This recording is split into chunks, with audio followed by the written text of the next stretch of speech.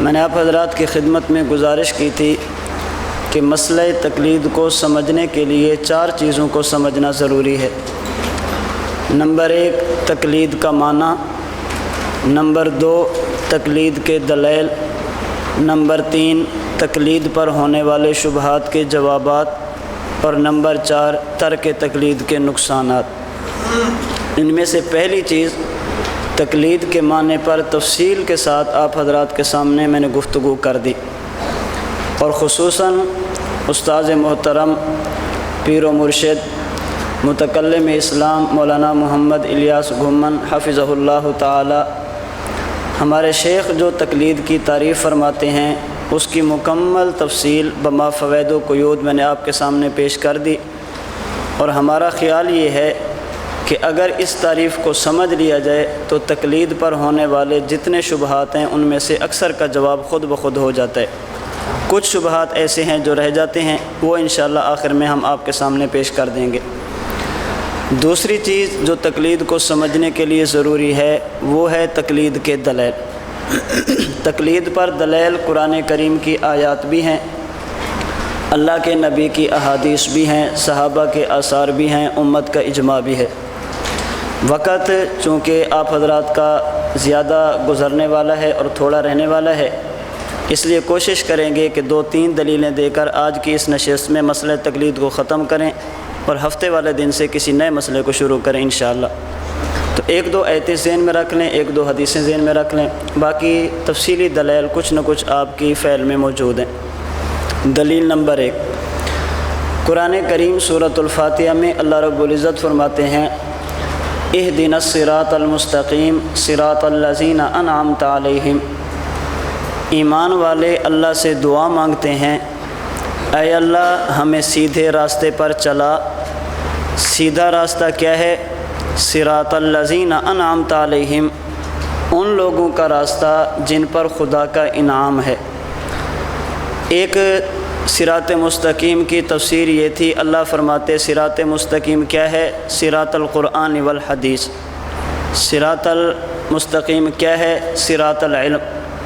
اللہ رب العزت نے صراط مستقیم کی وضاحت صراط القرآن والحدیث سے نہیں کی، صراط العلم سے نہیں کی، بلکہ اللہ نے اس کی وضاحت کی ہے صراط العلماء سے۔ خدا نے وضاحت کی ہے صراط مستقیم کی منعم علیہم لوگوں کے راستے سے۔ اب انعام یافتہ لوگ کون ہیں؟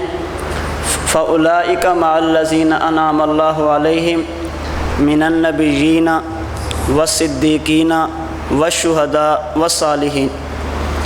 یہ صراط مستقیم ہے انبیاء کا راستہ، صحابہ کرام کا راستہ، شہداء کا راستہ اور اولیاء کا راستہ، یہ صراط مستقیم ہے۔ اگر کوئی بندہ یہ چاہتا ہے کہ میں صراط مستقیم پر چلوں، اسے چاہیے کہ نبی والے راستے پہ چلے، صحابہ والے راستے پہ چلے، شہداء والے راستے پہ چلے، یا اولیاء والے راستے پہ چلے۔ اللہ رب العزت نے وضاحت اس کے ساتھ کی ہے۔ اللہ نے صراط القرآن والحدیث کیوں نہیں فرمایا، صراط الذین انعمت کیوں فرمایا ہے؟ اس کو ایک مثال کے ذریعے سمجھیں۔ آپ حضرات دفتر میں جاتے ہیں، آپ جا کر کہتے ہیں کہ استاد جی ہمارے مدرسے کے استاد دورہ تحقیق المسائل کے اختتام پہ آ رہے ہیں، تو ہم نے انہیں ایڈریس بتانا ہے، آپ بتائیں کہ ان کو کیسے بتائیں کہ وہ وہاں سے کیسے ہیں۔ مولانا آپ کو بتاتے ہیں کہ ایک طریقہ یہ ہے، وہ لاری اڈے پہ اتر جائیں، وہاں سے وہ بیٹھ جائیں رکشے پہ، یا وہ اپنی گاڑی پہ آ رہے ہیں تو لاری اڈے سے آ جائیں وہ کینچی موڑ پر، کینچی موڑ سے ایک سڑک جا رہی ہے پیچھے کی طرف اور ایک سڑک آ رہی ہے لاہور کی طرف، آپ انہیں کہیں کہ وہ لاہور کی طرف آ جائیں۔ آگے ایک نہر آئے گی، ایک سڑک دائیں ہیں ایک بائیں ہیں، استادوں سے کہیں کہ دائیں بائیں نہیں جانا، سیدھا آئیں گے۔ آگے ٹول پلازا ہے، ٹول پلازا کراس کریں گے، پھر ایک سڑک دائیں ہیں ایک بائیں ہیں۔ انہوں نے سڑکوں میں مڑنا نہیں، بالکل سیدھا آتے جائیں۔ اب آگے آئیں گے، آگے چک آئے گا، چک 88، وہاں سے آگے آئیں گے تو بائیں جانب پیٹرول پمپ ہے، اس کے بعد آگے نہر ہے، نہر سے آگے آئیں گے تو ایک سڑک بائیں طرف ہے، دائیں طرف ہمارا مرکز ہے، تو وہ بالکل مرکز کے سامنے رک جائیں گے۔ ایک طریقہ یہ ہے۔ دوسرا طریقہ یہ ہے، ہم کہیں چونکہ آپ کے استاد آ رہے ہیں تو وہ مہمان آپ کے نہیں، وہ مہمان مرکز کے ہیں، آپ انہیں بتا دیں کہ جب وہ ٹول پلازہ سے اتریں تو ہمیں بتا دیں، ہم مرکز سے گاڑی بھیج دیں گے۔ ان کو کہیں کہ جب وہ کینچی موڑ آئیں تو سفید رنگ کا کیری ڈبہ ہوگا، اس کی دونوں لائٹیں جلی ہوئی ہوں گی، دونوں اشارے اس کے آن ہوں گے۔ اس کیری ڈبے کے پیچھے اپنی گاڑی لگا دیں، جہاں جہاں سے کیری ڈبہ گزرتا آئے گا یہ ہوگا ہمارے مرکز کا راستہ، اور جہاں پر کیری ڈبہ آ کر رک جائے گا وہ ہوگا ہمارا مرکز۔ بات سمجھی؟ کسی سے پوچھنا نہیں، دائیں بائیں دیکھنا نہیں، بس اپنی گاڑی ہماری گاڑی کے پیچھے رکھیں، جہاں جہاں سے ہماری گاڑی گزرے گی یہ ہے ہمارے مرکز کا راستہ، اور جس جگہ پہ آ کر وہ گاڑی رک جائے گی یہ ہوگا ہمارا مرکز۔ اللہ فرما دیتے کہ صراط مستقیم ہے، صراط القرآن والحدیث، کبھی بندہ ایک آیت کی طرف، کبھی دوسری آیت کی طرف، کبھی ایک حدیث کی طرف، کبھی دوسری حدیث کی طرف۔ اللہ فرماتے صراط مستقیم پہ چلنا ہے تو دائیں بائیں مت جاؤ، صراط الذین انعمت علیہم، جس راستے پہ نبی چلے وہ صراط مستقیم ہے، اور جہاں پر نبی جا کر رک جائے اس کا نام جنت ہے۔ جس راستے پہ نبی چلے اس کا نام صراط مستقیم ہے، اور جہاں نبی رک جائے وہ کیا ہے؟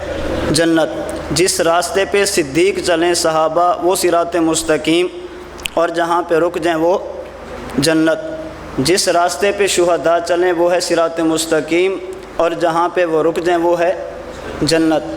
جس راستے پہ اولیاء چلیں وہ ہے صراط مستقیم، اور جہاں رک جائیں وہ ہے جنت۔ تو آپ نے دائیں بائیں نہیں جانا، آپ نے اپنی گاڑی علم اور عمل والی ان چار طبقوں کے پیچھے رکھنی ہے، جہاں جہاں سے یہ گزرتے جائیں گے وہ صراط مستقیم، اور جہاں پہ یہ رک جائیں گے وہ آپ کی منزل یعنی۔ بات سمجھ آ گئی؟ اب انعام یافتہ طبقے کتنے ہیں؟ 4، انبیاء، صحابہ، شہداء اور اولیاء۔ اگر آپ حضرات تھوڑا سا غور کریں تو یہ 4 انعام یافتہ طبقے وہ ہیں جو دیوبند والوں کے پاس ہیں، کسی اور کے پاس نہیں ہیں۔ اللہ نے جو فرمایا نا ان 4 لوگوں کا راستہ، یہ چاروں اگر آپ کو کسی جگہ جمع ملیں گے تو وہ دیوبند والوں کے پاس ہی ملیں گے۔ جب خدا نے فرمایا من النبیین، انعام یافتہ لوگوں میں پہلا طبقہ ہے انبیاء، اس سے قادیان والے خود بخود نکل گئے، وہ نبی کو نہیں مانتے، غیر نبی کو مانتے ہیں۔ جب فرمایا والصدیقین، اس سے ایران والے نکل گئے، کیوں؟ وہ صحابہ کو نہیں مانتے۔ جب فرمایا والشہداء، اس سے اہل بدعت نکل گئے، ان کے پاس حلوے تو ہوتے ہیں شہداء نہیں ہوتے۔ اور جب فرمایا والصالحین، اس سے گستاخ طبقہ مماتی اور غیر مقلد نکل گئے، اہل الحاد، کیوں؟ اس لیے کہ وہ اولیاء کے کیا ہیں؟ دشمن ہیں۔ دیوبند والے دنیا میں واحد جماعت ہے جو انبیاء کو بھی مانتے ہیں، صحابہ کو بھی مانتے ہیں، شہداء بھی ان کے پاس ہیں اور اولیاء بھی ان کے پاس ہیں۔ بات سمجھیں؟ دوسری بات سمجھیں، اللہ رب العزت نے اس آیت کریمہ میں وشہداء فرمایا ہے، والمجاہدون نہیں فرمایا۔ انعام یافتہ لوگوں کا راستہ نبیوں کے بعد صحابہ، صحابہ کے بعد شہداء، یہ نہیں فرمایا کہ مجاہدین کا راستہ۔ کیوں؟ اس لیے کہ بندہ دنیا میں مجاہد بن کے دھوکہ دے سکتا ہے، لیکن دنیا میں شہید بن کے دھوکہ نہیں دے سکتا۔ مجاہد بن کے دھوکہ دیا جا سکتا ہے، شہید بن کے۔ اس لیے ہمارا اس وقت جو المیہ ہے، ہم جہاد کے نام پر کام کرنے والے لشکر طیبہ والوں سے کہتے ہیں کہ شہداء پیش کرو، وہ مجاہد دکھاتے ہیں، ہم شہید دکھاتے ہیں اور وہ مجاہد دکھاتے ہیں۔ جب شہید کی باری آتی ہے ہم شہید دکھاتے ہیں، لیکن وہ غیبانہ نماز جنازہ دکھاتے ہیں۔ بات سمجھی؟ ان کے پاس شہداء نہیں ہیں، ان کے پاس کیا ہیں؟ غیبانہ جنازے ہیں۔ شہداء ہمارے پاس ہیں۔ جن دنوں میں یہ لال مسجد کا سانحہ رونما ہوا، پاکستان کے غیر مقلدوں کے بہت بڑے عالم بھی ہیں، مناظر بھی ہیں، انہوں نے حضرت استاد جی کو میسیج کیا، حسرت بھرا، افسوس بھرا میسیج تھا، کاش آج مولانا محمد الیاس گھمن اپنی ٹیم کے ساتھ لال مسجد میں موجود ہوتے اور شہید ہو جاتے تو آج ایک نئی تاریخ رقم ہو جاتی۔ کاش آج مولانا الیاس گھمن اپنی ٹیم سمیت لال مسجد میں موجود ہوتے اور شہید ہو جاتے تو ایک نئی تاریخ رقم ہو جاتی۔ مقصد کیا تھا کہ مولانا یہ اشتعال میں آئیں گے، غصے میں آئیں گے، کوئی ایسا میسج کریں گے جو ایجنسیوں کو دکھا کر اس بندے کو گرفتار کرا دیں گے۔ اتنے عجیب عجیب حملے ہوئے ہیں اور ایسی عجیب عجیب چٹھیں آئی ہیں، آپ کچھ نہ پوچھیں۔ استاد جی کا ایک مرتبہ راجن پور میں بیان تھا، بیان کے بعد ایک چٹ آ گئی کہ مولانا خود کش حملے کے بارے میں آپ کی کیا رائے ہے، خود کش حملے جائز ہیں یا نہیں؟ تو استاد جی نے فرمایا خود کش حملوں کے جواز اور عدم جواز میں دو جرنیلوں کا اختلاف ہے، جنرل ضیاء الحق کہتے ہیں جائز ہیں، جنرل پرویز مشرف کہتے ہیں جائز نہیں ہیں۔ آپ کی مرضی، جس جنرل کی بات مان لیں، آپ ہماری بات نہ مانیں، جس جنرل کی بات چاہیں آپ مان لیں۔ 1965 میں اس نے حملے کروائے تھے نا، تو اس کے نزدیک جائز تھے اور اس کے نزدیک جائز نہیں۔ خیر اس نے میسج کیا، کاش مولانا محمد الیاس گمان اپنی ٹیم سمیت لال مسجد میں موجود ہوتے اور شہید ہو جاتے تو آج ایک نئی تاریخ رقم ہو جاتی۔ استاد جی نے جواب دیا اب تاریخ اب انشاءاللہ نئی تاریخ باہر رہ کر رقم ہوگی، اندر تو ہم نہیں تھے، اب باہر تھے نا، اب انشاءاللہ نئی تاریخ باہر رہ کر رقم ہوگی۔ اس نے پھر میسج کیا، غازی عبدالرشید شہید کا مسکراتا ہوا چہرہ کیا پیغام دے رہا ہے؟ غازی عبدالرشید شہید کا مسکراتا ہوا چہرہ کیا پیغام دے رہا ہے؟ استاد جی نے اس کو میسج کیا، غازی صاحب کا مسکراتا ہوا چہرہ پیغام دے رہا ہے کہ مقلدین حق پہ ہیں اور غیر مقلد باطل پہ ہیں۔ بات سمجھی؟ غازی صاحب شہادت کے بعد مسکرا رہے ہیں نا، اس کا معنی یہ ہے کہ مقلدین مشرک نہیں، یہ مومن ہیں اور حق پہ ہیں۔ بات سمجھی؟ اس لیے خدا نے والشہداء فرمایا والمجاہدون نہیں فرمایا۔ آگے دیکھیں آیت نمبر 2 سورہ نساء آیت نمبر 59، یا ایھا الذین آمنوا اطیعوا اللہ واطیعوا الرسول واولی الامر منکم، یا ایھا الذین آمنوا اطیعوا اللہ واطیعوا الرسول واولی الامر منکم۔ اب ترجمہ تھوڑا سا سمجھیں۔ اے ایمان والو خدا کی بات مانو، واطیعوا الرسول مصطفیٰ کی بات مانو، وَأُولِي الْأَمْرِ مِنْكُمْ اور فقہا کی بات مانو۔ اے ایمان والو خدا کی بات مانو، اطیعوا اللہ، مصطفیٰ کی بات مانو، اطیعوا الرسول، فقہا کی بات مانو، اولی الامر منکم۔ ہمارا اس وقت المیہ یہ ہے، ہم قرآن کریم کا ایسا ترجمہ کرتے ہیں جو عوام تو عوام، خود ہمیں بھی سمجھ نہیں آتا۔ لفظ آ جائے نا وہ، ہم اس کے اور معنی ضرور کرتے ہیں، با آ جائے تو میں یا ساتھ معنی ضرور کرتے ہیں، جس سے عوام سمجھتی ہے کہ شاید قرآن کریم یہ فصیح کتاب نہیں ہے، حالانکہ فصاحت ہماری زبان میں نہیں ہوتی، لیکن قصور ہم قرآن کریم کا نکالتے ہیں۔ تو آیتوں کا ترجمہ ایسا کرو، معنی اور مطلب ایسا بیان کرو کہ جو ان پڑھ بندے کو بھی سمجھ آ جائے۔ یا ایھا الذین آمنوا، اے ایمان والو، اطیعوا اللہ خدا کی بات مانو، وَأَطِيعُوا الرَّسُولَ مصطفیٰ کی بات مانو، وَأُولِي الْأَمْرِ مِنْكُمْ اور فقہا کی بات مانو۔ خدا کی بات مانیں اس کا نام ہے قرآن، مصطفیٰ کی بات مانیں اس کا نام ہے حدیث، اور فقہا کی بات مانیں اس کا نام ہے فقہ۔ خدا کی بات مانیں اس کا نام قرآن، مصطفیٰ کی بات مانیں اس کا نام حدیث، اور فقہا کی بات مانیں اس کا نام فقہ۔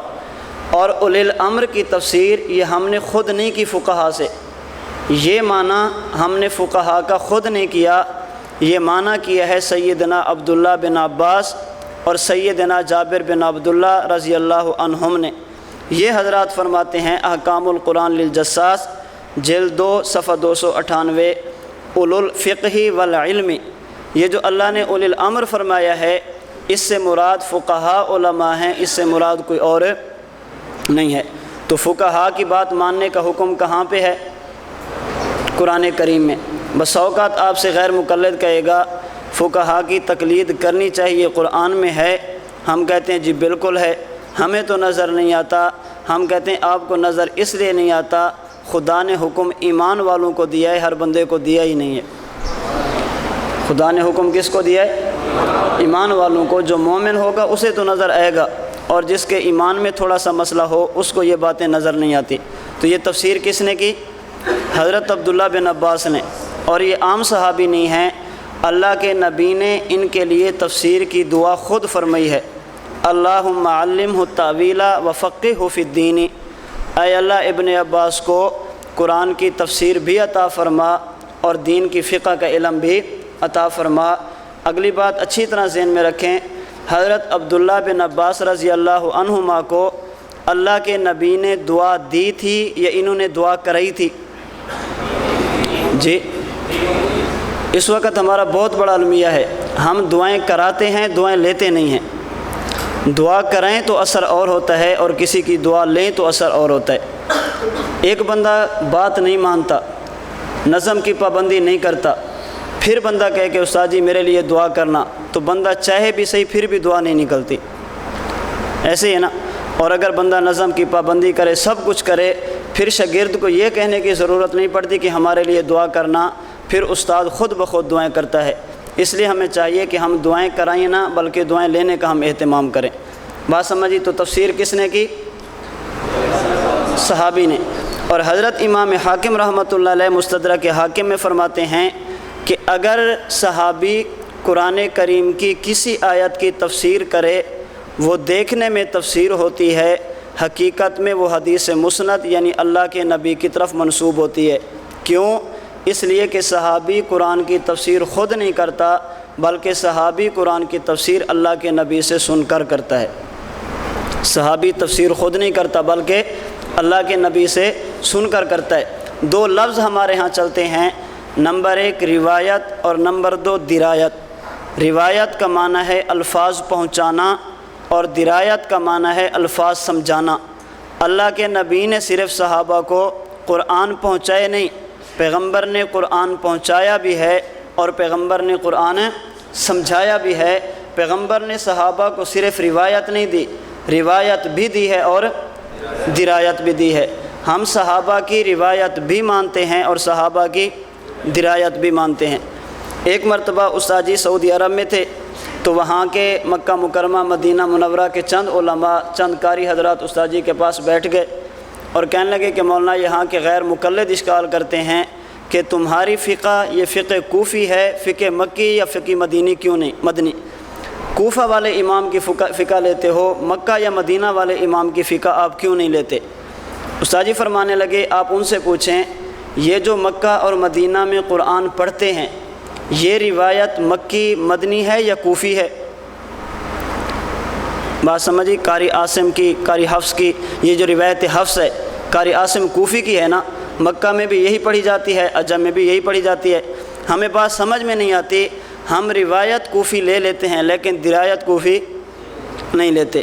وہ کہنے لگے کہ وہ اس پہ اشکال کرتے ہیں کہ اصل تو قرآن کریم اللہ نے دیا نبی پاک صلی اللہ علیہ وسلم کو، حضور نے دیا اپنے صحابہ کو، اور صحابہ قرآن کریم لے کر جائے کوفہ میں، کوفہ والوں کو انہوں نے قرآن پڑھایا، قرآن پڑھانے کے بعد ان قراء نے اس کی ترتیب لگائی اور جو قرآن انہوں نے صحابہ سے سیکھا تھا اسی کو ترتیب دے کر واپس ہمارے حوالے کر دیا۔ روایت ان کی اپنی نہیں ہے، اصل میں مکہ مدینہ کی ہے، ترتیب انہوں نے دی ہے۔ تو ساجی نے فرمایا اچھا یہ بتائیں، اللہ کے نبی نے صحابہ کو صرف قرآن پہنچایا تھا یا سمجھایا بھی تھا؟ کہتے ہیں جی سمجھایا بھی تھا۔ صحابہ جب مکہ مدینہ سے کوفہ پہنچے، انہوں نے کوفہ والوں کو صرف قرآن پہنچایا تھا یا سمجھایا بھی تھا؟ کہتے ہیں پہنچایا بھی تھا، سمجھایا بھی تھا۔ تو پہنچانا اس کا نام ہے روایت اور سمجھانا اس کا نام ہے درایت۔ کوفہ والوں نے روایت بھی لی، کوفہ والوں نے درایت بھی لی۔ روایت بھی مکہ مدینہ والوں کی ہے، کوفہ والوں کی اپنی نہیں ہے۔ درایت بھی مکہ مدینہ والوں کی ہے، یہ بھی کوفہ والوں کی اپنی نہیں ہے۔ مکہ مدینہ سے قرآن لیا، کوفہ والوں نے اپنی قرات کے مطابق اس کو کر کے واپس مکہ میں پہنچا دیا۔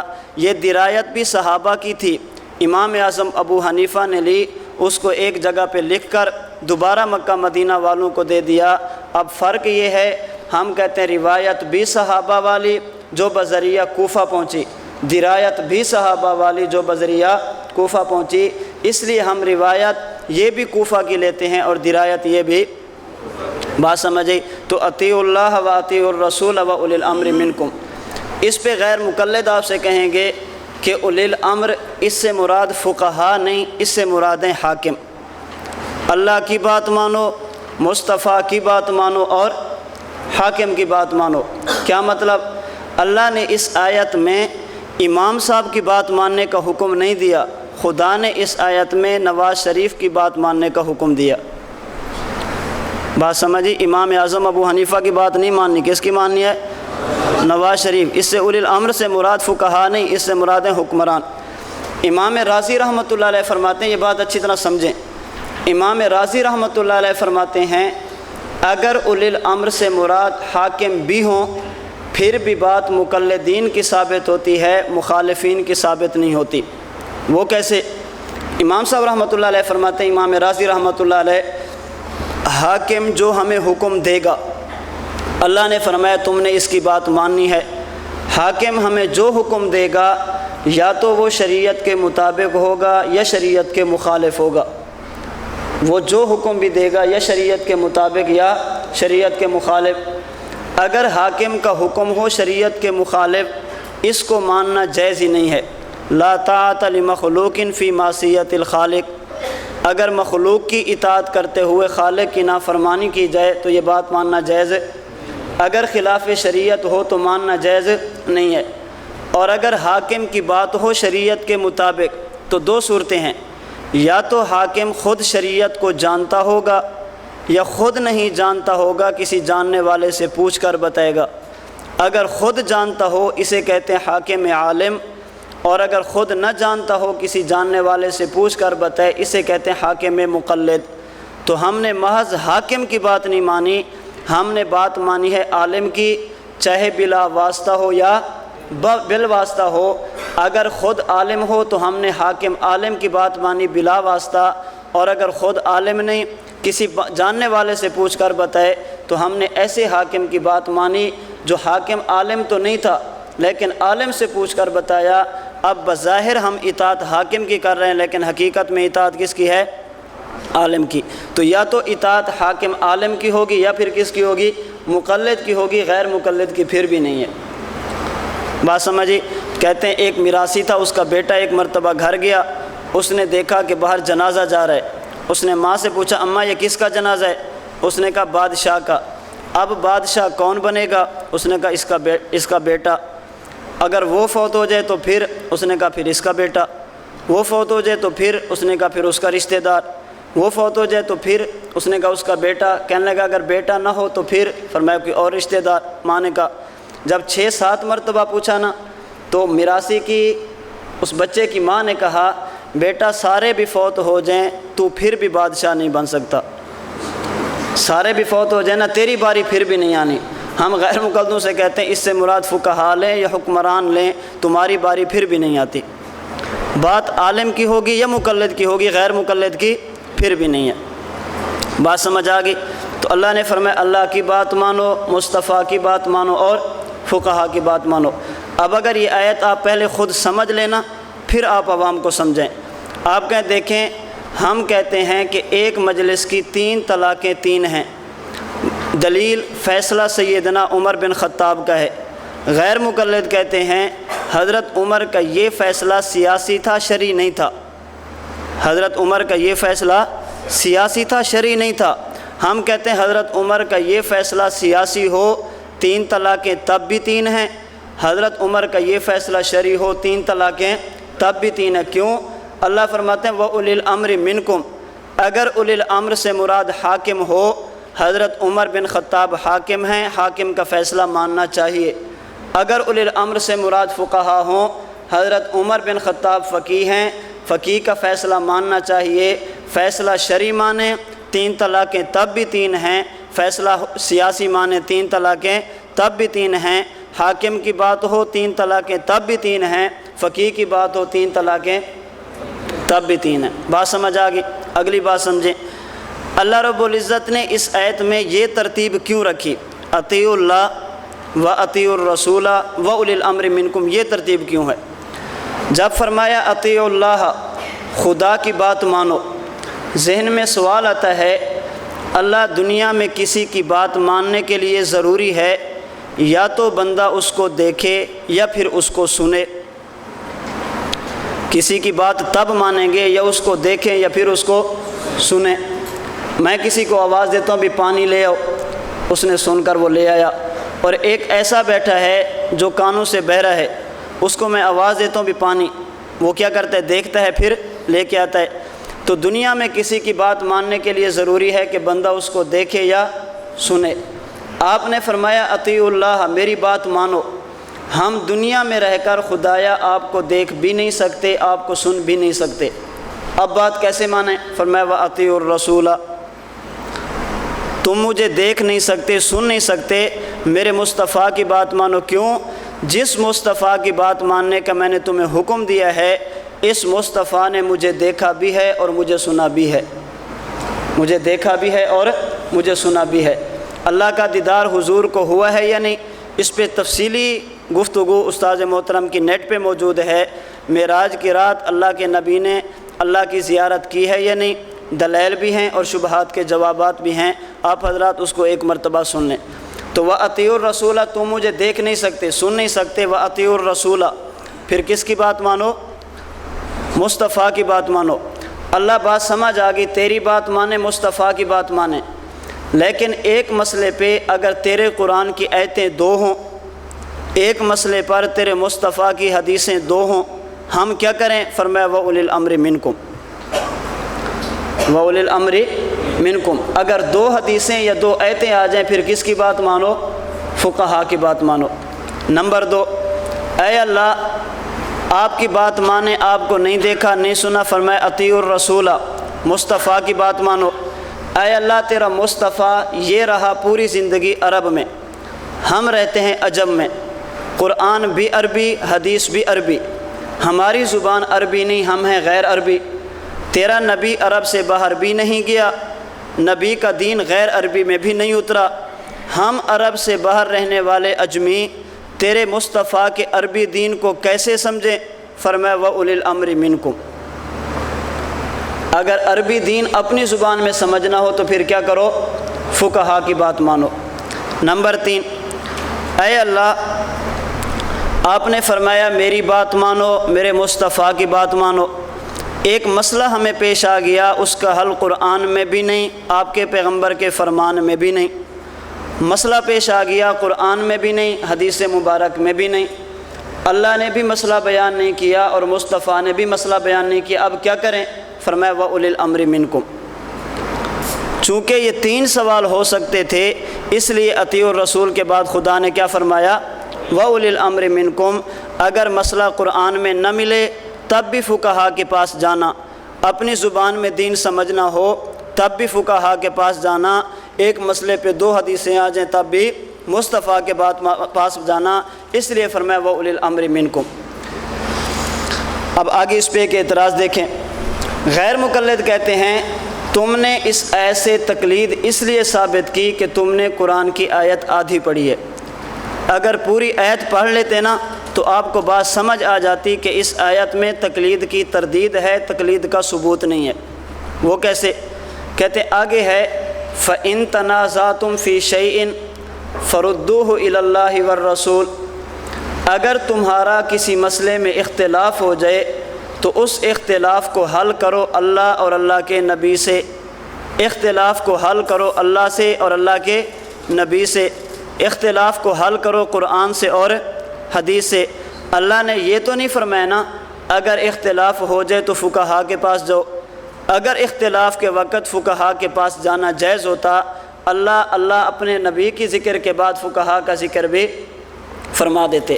ہم کہتے ہیں آپ نے یہ اشکال اس لیے کیا، آپ نے اہل و سنت کی کتابیں بھی نہیں پڑھی اور اپنے علماء کی کتابیں بھی نہیں پڑھی۔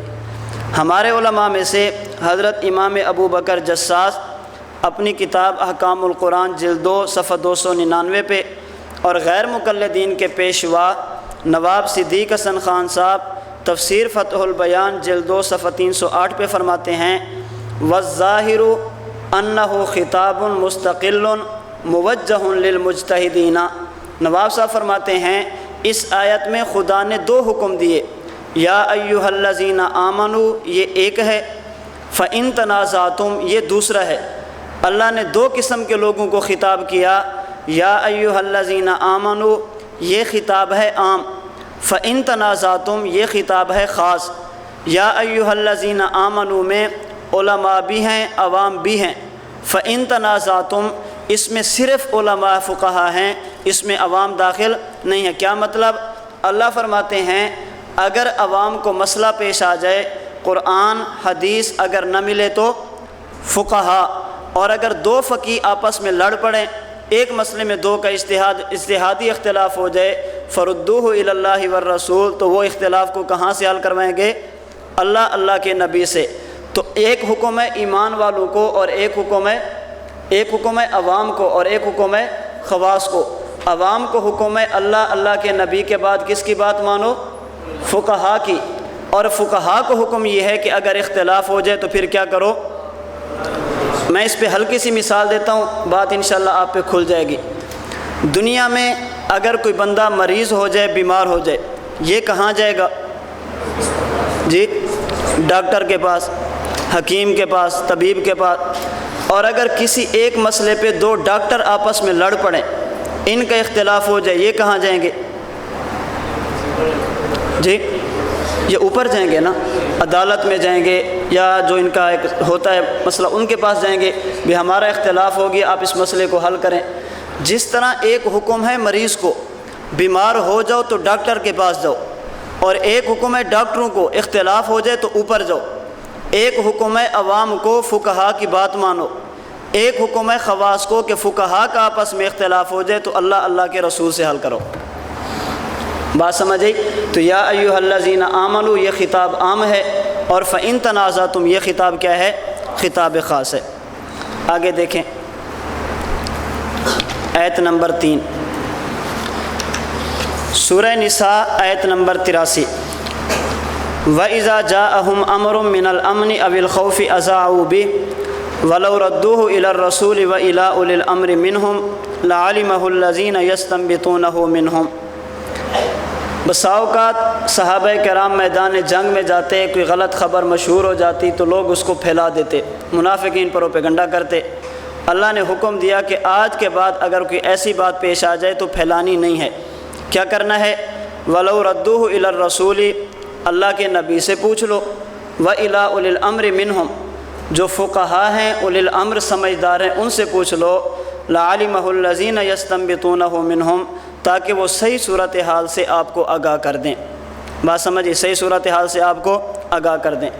امام ابو بکر جساس فرماتے ہیں اس آیت کی تفسیر میں، ان العامی علیہ تقلید العلماء فی احکام الحوادث، یہ آیت بتاتی ہے کہ نئے پیش آنے والے مسائل میں عوام پر ضروری ہے کہ علماء کی تقلید کریں۔ نواب صدیق حسن صاحب فرماتے ہیں فی الآیت اشارۃ الی جواز القیاس، یہ آیت بتاتی ہے کہ بوقت ضرورت قیاس کرنا کیا ہے؟ تو جب قیاس پر عمل کرنا ہی نہیں ہے تو قیاس کریں گے کیوں؟ قیاس تو تب کریں گے نا بھی جب عمل کرنا ہو، اگر عمل نہیں کرنا تو قیاس کیوں کریں گے؟ اب اس آیت کو تھوڑا سا سمجھیں۔ حضور علیہ الصلاۃ والسلام اپنے دور میں مدینہ کے نبی بھی تھے اور مدینہ کے حاکم بھی تھے۔ حضور کی موجودگی میں مدینہ کا حاکم کون ہوتا؟ اللہ کے نبی۔ آپ کو کتب حدیث میں یہ تو ملے گا کہ حضور اگر سفر پہ جاتے تو اپنا خلیفہ بنا کر جاتے، ایسے حضور سفر پہ جاتے تو خلیفہ بنا کر جاتے۔ مماتی کہتے ہیں اگر حضور زندہ ہیں تو صدیق کو خلیفہ کیوں بنایا گیا؟ اگر حضور زندہ ہیں تو صدیق کو خلیفہ کیوں بنایا گیا؟ اگر حضور زندہ ہیں تو آج جو لوگوں کے سوالات مشکلات ہوتی ہیں یا صحابہ کے اختلاف ہوئے، حضور سے کیوں نہیں پوچھا؟ ہم ان سے پوچھتے ہیں جب حضور سفر پہ جاتے تو پھر صدیق کو یا کسی صحابی کو خلیفہ بناتے تھے یا نہیں؟ تو کیا مطلب زندہ نہیں تھے؟ بابا زندہ تھے، جب جگہ بدلتی تو خلیفہ بناتے۔ حضور دنیا میں تھے تو خلیفہ نہیں تھا، جب جہان بدلا تو خلیفہ بنے۔ اگر خلیفہ بنانا عدم حیات کی دلیل ہے تو پیغمبر نے جو دنیا میں جانشین بنائے یہ عدم حیات کی دلیل ہے؟ یہ تو اس بات کی دلیل ہے کہ حضور ایک وقت میں ایک جگہ پہ ہوتے ہیں، دوسری جگہ پہ نہیں ہوتے۔ بات سمجھ آ گئی؟ اللہ کے نبی سفر پہ ہوتے، مدینہ کا حاکم کوئی اور ہوتا، اگر اختلاف ہوتا تو حضور سے پوچھتے تھے، جو مدینہ میں ہوتا اس سے پوچھتے تھے۔ اب حضور قبر میں ہیں، صدیق دنیا میں ہیں، اختلاف ہوگا صدیق کے پاس جائیں گے یا حضور کے پاس جائیں گے؟ بات سمجھ آئی؟ اللہ کے نبی اپنے دور میں مدینہ کے حاکم بھی تھے، مدینہ کے نبی بھی تھے۔ وَإِلَى الرَّسُولِ کے بعد وَإِلَى أُولِي الْأَمْرِ کہنا اس بات کی دلیل ہے اولی الامر سے مراد فقہا ہیں، اولی الامر سے مراد حاکم نہیں ہے۔ کیوں؟ حاکم تو کون تھے؟ اللہ کے نبی، اور وَإِلَى الرَّسُولِ میں پیغمبر کا تذکرہ آ گیا۔ بعد میں اولی الامر فرمانا اس بات کی دلیل ہے کہ اس سے مراد کون ہے؟ فقہا ہے۔ تیسری بات سمجھیں، اللہ نے لفظ استعمال کیا یستنبطونہ منہم۔ آپ لغت اٹھا کے دیکھیں، استنباط یستنبطونہ اس کا مادہ ہے نبت، نون با تا۔ نبت اس پانی کو کہتے ہیں جو چشمے سے پہلی مرتبہ نکلے، پہلی مرتبہ پانی نکلے تو اسے کیا کہتے ہیں؟ نبت۔ اور پانی کا نکالنا اسے کہتے ہیں استنباط، اور جو پانی نکالے اسے کہتے ہیں مستنبت۔ ایک ہے نبت پانی کا نکلنا، استنباط پانی کا نکلنا، ایک ہے مستنبت پانی نکالنے والا۔ اسی طرح ایک ہوتا ہے شریعت کا مسئلہ، ایک ہوتا ہے شریعت کے مسئلے کا نکلنا، اور ایک ہے نکالنے والا۔ اللہ نے لفظ یستنبطون استعمال کیوں کیا؟ اس لیے کہ جب سے خدا نے زمین بنائی، اللہ نے زمین کی تہہ میں پانی رکھ دیا، زمین کی تہہ میں پانی رکھ دیا۔ اب پانی کتنی گہرائی میں موجود ہے ہر کسی کو پتہ نہیں چلتا۔ پانی نکالنا کیسے ہے ہر بندہ نکال نہیں سکتا۔ پانی وہ نکالے گا جو انجینئر ہوگا یا ماہر ہوگا، وہ بتائے گا جو ماہر ہوگا یا انجینئر ہوگا۔ اللہ نے جب سے شریعت بنائی، قرآن و حدیث کی تہہ میں خدا نے مسئلے رکھ دیے۔ یہ ہو ہی نہیں سکتا کہ مسئلہ پیش آ جائے حل قرآن و حدیث میں نہ ہو۔ بس اتنا سا فرق ہے کہ حل ہوتا ہے لیکن ہر کسی کو نظر نہیں آتا۔ آگے میں انشاءاللہ اس پہ بات کرتا ہوں مثالوں کے ساتھ۔ جس طرح خدا نے زمین کی تہہ میں پانی رکھا، نکلتا اس وقت ہے جب ضرورت ہو۔ اللہ نے شریعت قرآن و حدیث کی تہہ میں مسئلے رکھ دیے، نکلتے اس وقت ہیں جب ضرورت ہو۔ جس طرح پانی کو نکالنے والا نہ ہو، پانی خود نہیں نکلتا، شریعت سے مسئلے نکالنے والا نہ ہو تو شریعت کے مسئلے بھی خود نہیں نکلتے۔ اگر پانی سے کوئی پانی نکالے زمین کی تہہ سے، اسے کہتے ہیں انجینئر، اور شریعت کی تہہ سے مسئلے نکالے اسے کہتے ہیں فقیہ۔ آپ مجھے بتائیں پانی کا خالق کون ہے؟ اللہ۔ نکالا کس نے ہے؟ انجینئر نے۔ جب پانی نکلے، اب اس پانی نکالنے کی نسبت انجینئر کی طرف کرنا ایمان ہے یا شرک ہے؟ جی، پانی کا خالق تو اللہ ہے نا، لیکن ظاہر میں چونکہ نکالا اس نے ہے اس لیے نسبت اس کی طرف بھی کر دی جاتی ہے۔ مسئلے کا خالق بھی اللہ ہے، لیکن بظاہر چونکہ فقیہ نکالتا ہے اس لیے نسبت فقیہ کی طرف کر دی جاتی ہے۔ آپ مجھے دوسری بات بتائیں، ایک بندہ ایک علاقے میں رہتا ہے، وہ پوری زندگی ایک ہی چشمے کا پانی پیے، آپ اسے بے ایمان کہیں گے؟ جی، پوری زندگی ایک ہی چشمے کا پانی استعمال کرے، اگر آپ اسے بے ایمان نہیں کہتے، ایک بندہ پوری زندگی میں ایک فقہ پہ عمل کرے، یہ بے ایمان کیسے ہے؟ اس لیے فرمایا یستنبطونہ منہم۔ بات سمجھ آ گئی؟ اس لیے خدا نے کیا لفظ استعمال کیا؟ استنباط کا۔ آگے دیکھیں، اتنی بات سمجھ آ گئی ہے؟ ایتیں میرے خیال میں 3 ہی کافی ہیں، 2-3 حدیثیں ذہن میں رکھ لیں۔ حدیث نمبر 1 صحیح بخاری جلد 1 صفحہ 516، سیدنا جبیر بن مطعم رضی اللہ عنہ فرماتے ہیں کہ ہم اللہ کے نبی کے پاس بیٹھے تھے، حضور علیہ الصلاۃ والسلام کی خدمت میں ایک عورت آئی، اس نے آ کر مسئلہ پوچھا۔ فَأَمَرَهَا أَن تَرْجِعَ إِلَيْهِ، حضور نے فرمایا ابھی واپس چلی جاؤ، بعد میں آنا تو مسئلہ بتا دوں گا۔ ترجمہ سمجھ آ گیا؟ اب اگر یہ ترجمہ آپ عوام کے سامنے کریں، ان کو سمجھ آئے گی یا نہیں آئے گی؟ فَأَمَرَهَا، پس حکم دیا آپ نے اس کو، أَن تَرْجِعَ إِلَيْهِ، کہ وہ لوٹے بے شک آپ کی طرف۔ بات سمجھی؟ یہ ترجمہ کرتے ہیں نا ہم عموماً۔ فَأَمَرَهَا أَن تَرْجِعَ إِلَيْهِ، اللہ کے نبی نے فرمایا کہ ابھی چلی جاؤ، بعد میں آنا تمہیں مسئلہ بتا دوں گا۔ اس عورت کا سوال سنیں۔ فرمایا یا رسول اللہ ارأیت ان جئت ولم اجدک، اگر میں کل آپ کے پاس مسئلہ پوچھنے کے لیے آؤں اور آپ دنیا میں موجود نہ ہوں تو پھر آپ کی وفات ہو جائے تو مجھے مسئلہ کون بتائے گا؟ آپ ذرا یہاں پہ آپ عوام سے پوچھیں، آپ یہ بتائیں اگر حضور دنیا سے چلے جاتے، دین پورا چھوڑ کے جاتے یا ادھورا؟ جی دین کامل یا ناقص؟ کامل ہوتا۔ یہ آنے والی صحابیہ تھی یا غیر صحابیہ؟ یہ عرب کی رہنے والی تھی یا عجم کی؟ قرآن و حدیث سمجھتی تھی یا نہیں؟ سمجھتی تھی۔ تو جواب ایک یہ تھا، حضور فرما دیتے اگر میں موجود نہ ہوں پریشان کیوں ہوتی ہے؟ قرآن کھول لینا تجھے مسئلہ مل جائے گا، حدیث کھول لینا تجھے مسئلہ مل جائے گا، پریشان ہونے والی کیا بات ہے؟ دین تو مکمل ہوگا۔ حضور نے یہ نہیں فرمایا، فرمایا اِلَّمْ تَجِدِينِي فَاتِي أَبَا بَكْرٍ، اگر میں دنیا میں موجود ہوں مسئلہ میں بتاؤں گا، اگر میں دنیا سے چلا جاؤں تو نے خود قرآن و حدیث سے مسئلہ نہیں نکالنا، مسئلہ ابو بکر صدیق سے پوچھنا۔ اب عوام سے پوچھیں ابو بکر اللہ ہے یا اللہ کا نبی؟ جی تو پھر اصول تو دو ہیں نا، اطیعوا اللہ و اطیعوا الرسول، یہ ابو بکر کہاں سے آ گئے؟ بات سمجھی، ابو بکر خدا بھی نہیں مصطفیٰ بھی نہیں۔ پھر اب اللہ کے نبی فرماتے ہیں کہ اطاعت کس کی کرنا ہے؟ حضرت ابو بکر صدیق سے۔ نمبر 2 دیکھیں حدیث، سنن ابی داؤد جلد 2 صفحہ 149، سیدنا معاذ بن جبل رضی اللہ عنہ کو اللہ کے نبی نے یمن بھیجا۔ غیر مقلد کہتے ہیں کہ حضرت معاذ یمن کے حاکم تھے، یمن کے فقیہ اور مجتہد نہیں تھے۔ حالانکہ صحیح بخاری باب میراث البنات میں ہے، حضرت اسود بن یزید فرماتے ہیں اتانا معاذ بن جبل بالیمن معلما و امیرا، حضرت معاذ جب یمن میں آئے تو صرف امیر نہیں تھے، امیر بھی تھے، معلم بھی تھے۔ یہ ہمارے دنیاوی فیصلے بھی فرماتے تھے اور دینی فیصلے بھی فرماتے تھے۔ اب حضرت معاذ یمن جا رہے ہیں، یہ حدیث آپ سمجھیں، پھر عوام کو اچھی طرح سمجھیں، دیکھیں تقلید عوام کو کیسے سمجھ آتی ہے۔ حضرت معاذ یمن جا رہے ہیں، اللہ کے نبی نے سوال کیا اے معاذ کیف تقضی اذا عرض لک قضاء، آپ وہاں جاؤ گے، یمن والے آپ سے مسئلے پوچھیں گے، فیصلے کروائیں گے، تو مسئلے کیسے بتاؤ گے؟ فرمایا اقضی بکتاب اللہ، مسئلہ کہاں سے بتاؤں گا؟ قرآن کریم سے۔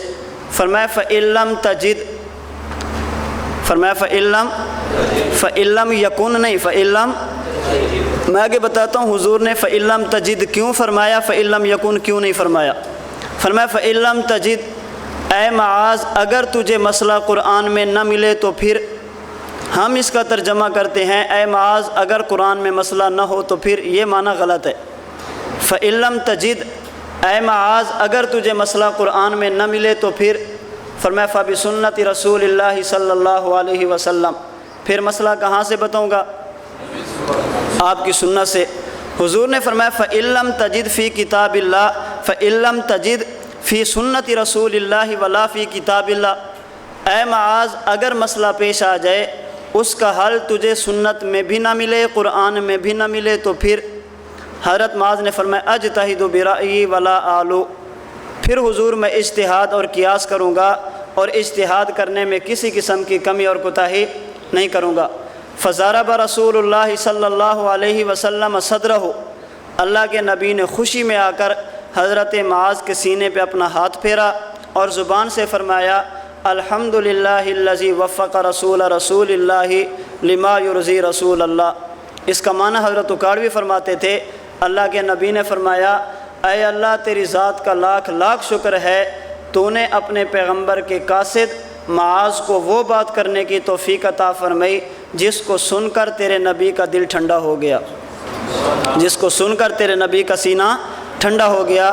اب دیکھیں اگر ان الفاظ میں معنی کریں تو عوام سمجھتی ہے کہ اللہ کے نبی کے کلام میں کتنی فصاحت ہے۔ بات سمجھی؟ اب تھوڑا سا حدیث کو سمجھیں۔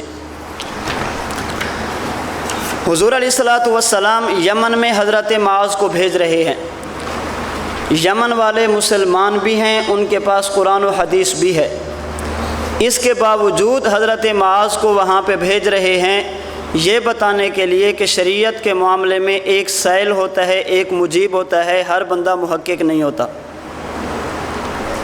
ان کے پاس قرآن و حدیث ہے، اگر ہر کوئی بندہ مطالعہ خود کر سکتے، حضرت معاذ فرما سکتے تھے نا حضور مجھے کوئی بھیجتے ہیں، وہ خود مطالعہ کر لیں گے۔ معلوم ہوا کہ ہر بندہ محقق نہیں بن سکتا۔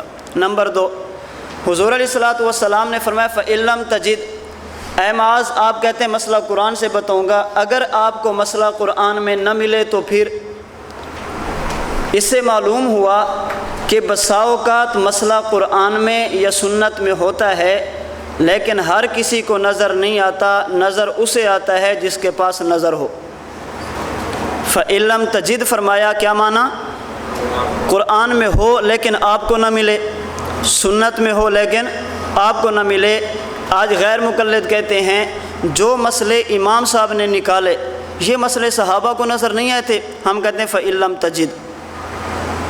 اللہ کے نبی نے فرمایا مسئلہ ہوگا، ہو سکتا ہے تجھے نہ ملے کسی اور کو مل جائے۔ اسی بات کو سمجھانے کے لیے اللہ کے نبی کی حدیث ہے، حضور علیہ الصلوۃ والسلام نے فرمایا، حضرت زید بن ثابت فرماتے ہیں، سنن ابی داؤد کتاب العلم باب فضل نشر العلم، اللہ کے نبی نے فرمایا نظر اللہ عمران سامع منا حدیثا فحفظہ حتی یبلغہ فرب حامل فقہ الی من هو افقہ منہ ورب حامل فقہ لیس بفقیہ۔ اللہ کے نبی نے فرمایا جس بندے کے پاس میری حدیث ہو اس کا حق بنتا ہے کہ آگے پہنچائے، کیوں؟ فرب حامل فقہ الی من هو افقہ منہ، بسا اوقات حدیث میں فقہی مسئلہ موجود ہوتا ہے لیکن وہ بندے میں اتنی صلاحیت نہیں ہوتی، خود فقیہ ہے لیکن چھوٹے درجے کا ہے، جب یہ حدیث دوسرے کی طرف پہنچائے گا ہو سکتا ہے کسی بڑے فقیہ کے پاس حدیث پہنچے وہ مسئلے زیادہ نکال لے۔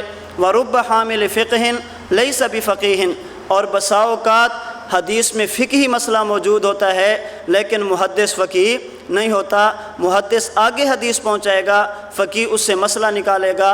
اللہ کے نبی نے اس بندے کو کیا دی ہے؟ دعا دی ہے، فرمایا فَإِن لَّمْ تَجِدْ، فَإِن لَّمْ يَكُن نہیں فرمایا، معاذ ہو سکتا ہے مسئلہ ہو لیکن آپ کو نہ ملے۔ آپ اٹھا کے دیکھیں طبقات حنفیہ، حضرت امام اعمش رحمۃ اللہ علیہ، سلیمان بن مہران امام اعمش کے نام سے، ان کو اعمش کہنے کی ایک خاص وجہ ہے، آپ حضرات بہتر سمجھتے ہیں۔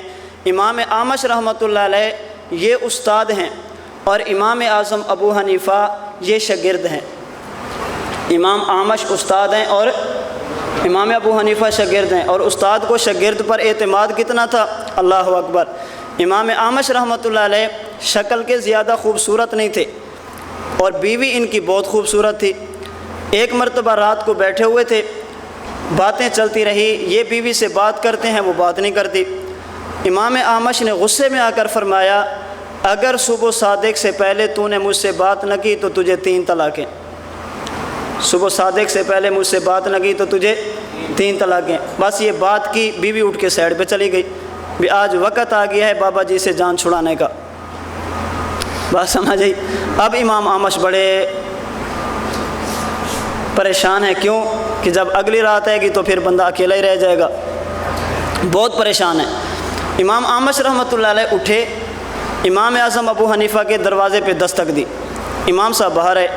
امام اعمش نے فرمایا کہ ابو حنیفہ ایک مسئلہ پیش آ گیا، استاد جی آپ مجھے بتا دیتے، میں واقعے کا خلاصہ بتا رہا ہوں، الفاظ یہ نہیں ہیں، خلاصہ یہی ہے۔ امام اعمش گئے ہیں گفتگو بھی، میں خلاصہ بتا رہا ہوں اپنے الفاظ میں۔ استاد جی اگر مسئلہ پیش آ گیا تو مجھے بلا لیتے، میں حاضر ہو جاتا۔ نہیں ابو حنیفہ، فن آپ کا ہے اور فن والے کے پاس جانا خود چاہیے، بات سمجھے؟ جی استاد جی فرمائیں، اس طرح بات ہو گئی ہے، وہ بات نہیں کرتی فقیر نہیں، اب میں کیا کروں؟ فرمایا استاد جی آپ جا کر سو جائیں، 3 طلاقیں تو دور کی بات ایک بھی نہیں ہوگی انشاءاللہ۔ اب میرے پاس آ گئے نا، بندہ اس وقت تک پریشان ہوتا ہے جب تک فقیہ کے پاس نہ جائے، جو فقیہ کے پاس پہنچ گیا نا وہ پریشان نہیں ہوتا، بات سمجھی؟ جب تک فقہا کے پاس نہ جائے، کبھی دائیں کبھی بائیں، کبھی مرزائی کبھی منکر حدیث، کبھی کچھ کبھی کچھ، جو فقیہ کے پاس پہنچ جائے نا اس کی پریشانیاں ختم ہو جاتی ہیں۔ امام اعمش نے فرمایا ابو حنیفہ خیال کرنا مسئلہ بڑا سخت ہے، استاد جی آپ جا کے سو جائیں، بس ایک بات کا خیال فرمائیں، اپنی مسجد کے مؤذن سے کہیں کہ آج رات جب میں کہوں تو صبح کی اذان اسی وقت دے، نہ پہلے دینی ہے نہ بعد میں دینی ہے۔ یہ جا کر گھر میں بیٹھ گئے، نیند کہاں آتی ہے، نیند کہاں نہیں تھی۔ امام صاحب رحمۃ اللہ علیہ آج کے دور کی بات کرتا ہوں، 3:30 بجے اٹھے، مؤذن سے جا کر کہا بھی اذان دو، وقت ہوتا ہے مثال کے طور پہ 4 بجے، آپ 3:30 بجے آپ اذان دیں 10-15 منٹ پہلے۔ اس نے کہا امام صاحب ابھی تو ستارے یہ کھڑے ہیں، موبائل اور گھڑیاں تو نہیں تھی نا، ابھی تو ستارے یہ کھڑے ہیں۔ تو انہوں نے فرمایا کہ امام اعمش نے آپ سے کوئی بات کی تھی؟ جی ہاں، پھر اذان دو۔ بس جو ہی انہوں نے کہا نا اللہ اکبر اللہ اکبر، بیوی نے کہا اب خوش ہو، اذان ہو گئی نا اب خوش ہو۔ امام اعمش دوڑے، ابو حنیفہ لگتا ہے آپ سو گئے تھے، وہ تو بیچاری چلی گئی، استاد جی آپ جائیں آرام کریں۔ کیسے آرام کروں؟ امام صاحب اٹھے 10 منٹ بعد، مؤذن سے جا کر کہا کہ اب اٹھو، پہلے اعلان کرو کہ آج صبح کی اذان میں نے غلطی سے وقت سے پہلے دے دی تھی، اصل وقت اب ہوا ہے۔ بات سمجھی؟ بس ادھر سے انہوں نے اعلان کیا، امام اعمش نے فرمایا اب آپ خوش ہو؟ بات سمجھے؟ تو بیوی نے فوراً کہا آپ ابو حنیفہ کے پاس تو نہیں گئے تھے؟ بات سمجھ؟ جو امام صاحب کو نہیں جانتا تھا نا، وہ تو ایسی باتیں کر، جو جان لیتا نا پھر کچھ نہ پوچھیں۔ حضرت امام صاحب رحمۃ اللہ علیہ کوفہ سے چلے مدینہ منورہ پہنچے۔ انہوں نے امام مالک کا نام سنا تھا، ملاقات نہیں تھی۔ امام مالک نے امام اعظم کا نام سنا تھا، ملاقات نہیں تھی۔ امام صاحب رحمۃ اللہ علیہ پہنچے، امام مالک نے پوچھا من این، کہاں سے آئے ہو؟ فرمایا من الکوفہ، کوفہ سے۔ امام مالک نے کہا الکوفی لا یوفی، اس کوفہ سے آئے ہو جہاں کے لوگ بے وفا ہیں، حضرت حسین کو شہید کرایا تھا، الکوفی لا یوفی۔